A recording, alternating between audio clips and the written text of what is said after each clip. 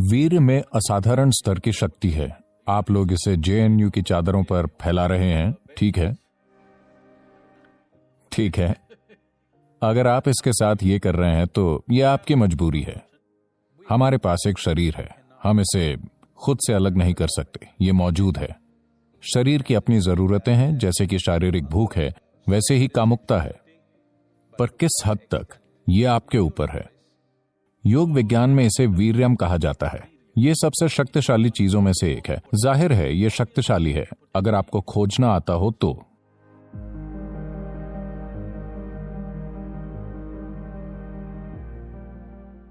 नमस्कारम सद्गुरु। मैं जानना चाहता हूं कि जब कोई छात्र कॉलेज में कदम रखता है तो अचानक उसे भारी मात्रा में अश्लील सामग्री मिलती है जो अब तक उससे बहुत दूर थी, और उसे मजा आता है। जैसा कि हमने कहा कि वो पृथ्वी पर स्वर्ग का अनुभव करता है, और हमने उन लोगों के नए नाम भी रखे हैं जो बहुत ज्यादा हस्तमैथुन करते हैं।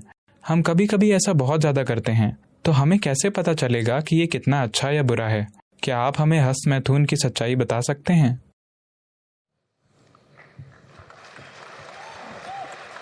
ओह, ये एक लोकप्रिय प्रश्न लगता है।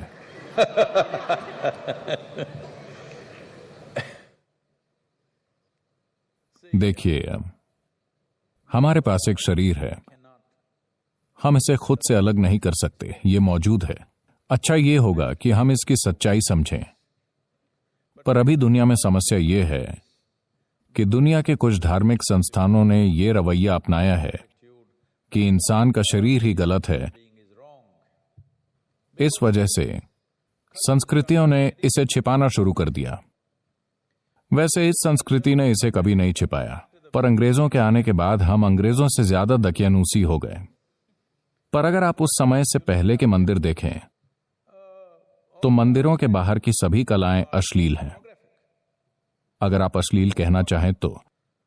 पर हम उन्हें अश्लील नहीं कहते, हम सिर्फ इंसानी शरीर के विभिन्न आयामों की बात कर रहे हैं। क्योंकि हम इसे गलत नहीं मानते, हम बस इसे जीवन का बाहरी हिस्सा मानते हैं। अगर आप सिर्फ वहीं रहते हैं तो आप हमेशा भौतिक आयाम में रहेंगे, आप कुछ और नहीं तलाशेंगे। तो मंदिर में हमेशा ये बाहर होता है। आपका काम है इसे देखना और समझना कि ये जीवन की बाहरी चीज है और जीवन की गहराई में जाने की कोशिश करना, पर साथ ही इसे नकारना नहीं, न इसका महिमा मंडन करना, न ही इसे नकारना। यह सबसे महत्वपूर्ण बात है। पर आपके कॉलेज में इन चीजों को देखा जाता है, आपका इंटरनेट या जो भी। लोग मुझे बताते हैं, किसी ने मुझे बताया, मुझे नहीं पता कि यह प्रतिशत सही है या नहीं। जब मैंने पूछा कि सामग्री क्या है, मैं इंटरनेट और इसकी सामग्री को समझने की कोशिश कर रहा था। इंटरनेट पर वास्तविक सामग्री क्या है? उन्होंने मुझे बताया, आपको पता होना चाहिए। उन्होंने बताया कि इंटरनेट पर 70% सामग्री अश्लीलता है। क्या ऐसा है? आपको पता होगा।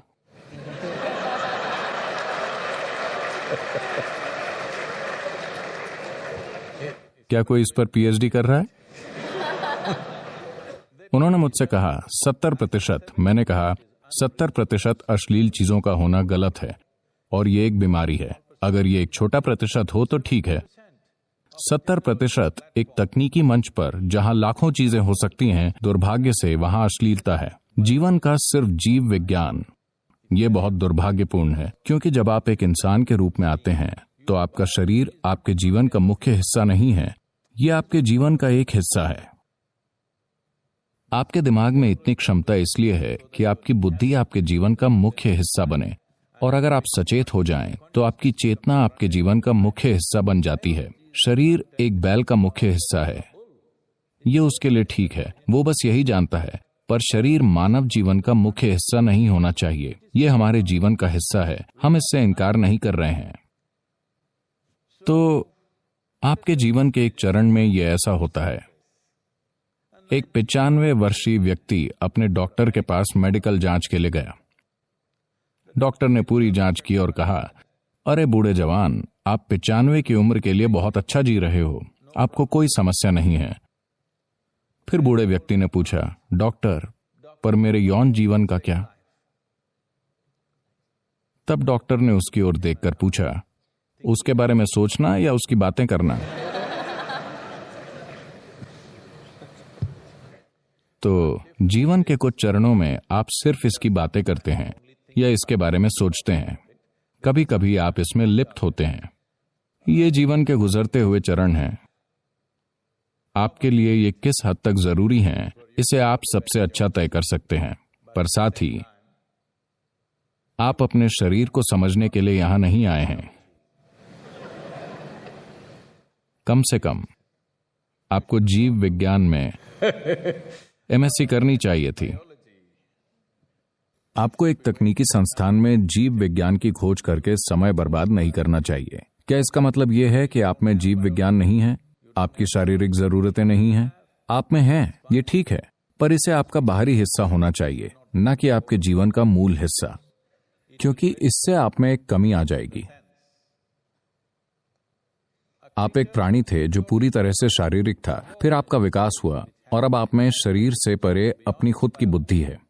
देखिए, जानवरों की बुद्धि सिर्फ उनके शरीर के लिए काम करती है। भोजन कैसे पाया जाए, अपना साथी कैसे पाया जाए, यही उनका पूरा जीवन है।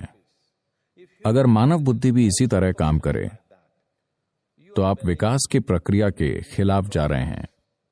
आप वापस जाने की कोशिश कर रहे हैं, विकास की प्रक्रिया को पीछे ले जा रहे हैं। यह जरूरी नहीं है। इसका मतलब ये नहीं है कि आपके पास शरीर नहीं है। शरीर की अपनी जरूरतें हैं, जैसे कि शारीरिक भूख है, वैसे ही कामुकता है। आपको इसे किसी तरह से पूरा करना है, पर किस हद तक ये आपको चुनना है। पर निश्चित रूप से यह आपके जीवन का मुख्य हिस्सा नहीं होना चाहिए, क्योंकि आप अपनी बुद्धि और चेतना को मुख्य हिस्सा बनाने की विकास योजना को पीछे ले जा रहे हैं। इसके बजाय आप अपने शरीर को मुख्य हिस्सा बना रहे हैं।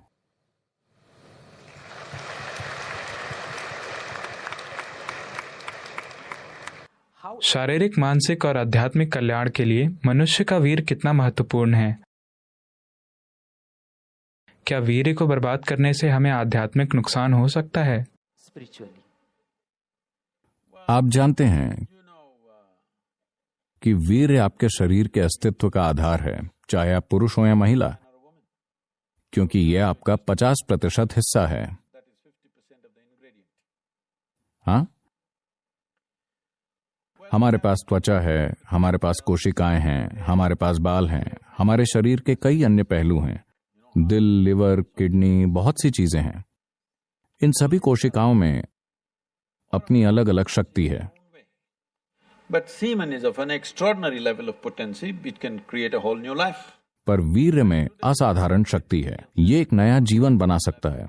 आज आप एक उपकला यानी एपिथेलियल कोशिका लेकर प्रयोगशाला में बहुत कुछ कर सकते हैं और शायद हम आपका क्लोन बना सकते हैं। ठीक है, तो क्षमता यहाँ भी है, पर उस तरह की क्षमता नहीं है जितनी कि उस कोशिका में है जिसे आप वीर्य कहते हैं। तो यौगिक संस्कृति में इसे वीर्य कहा जाता है। वीर्य का एक अर्थ वज्र भी है, जिसका अर्थ है स्थिरता या हीरा, Stability or diamond, which is the hardest thing. जो सबसे कठोर चीज है।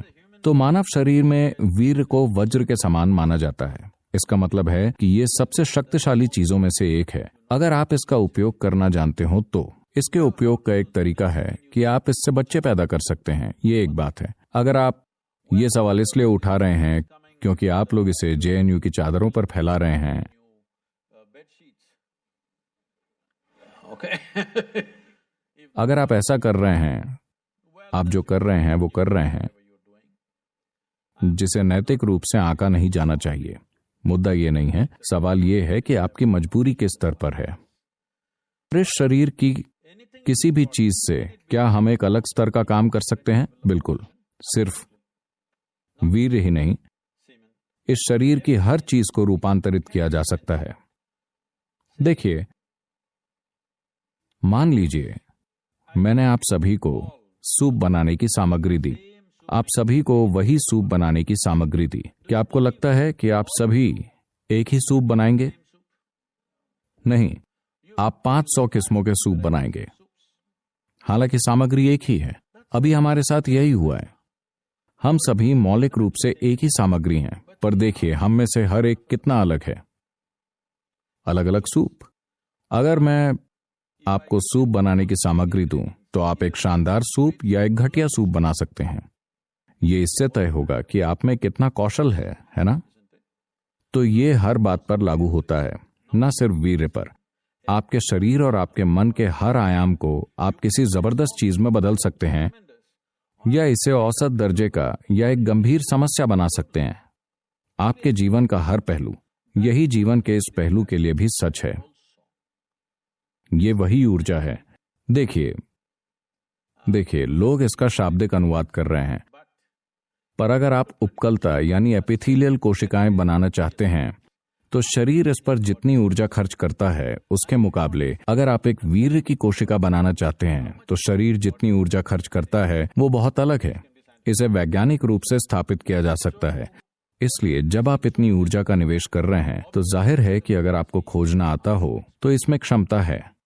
लेकिन क्या आप में खोजने की क्षमता है? क्या आप खोज करने में सक्षम हैं? क्या आपके पास ऐसा करने के लिए जरूरी साधना और मार्गदर्शन है? ये एक बड़ा सवालिया निशान है।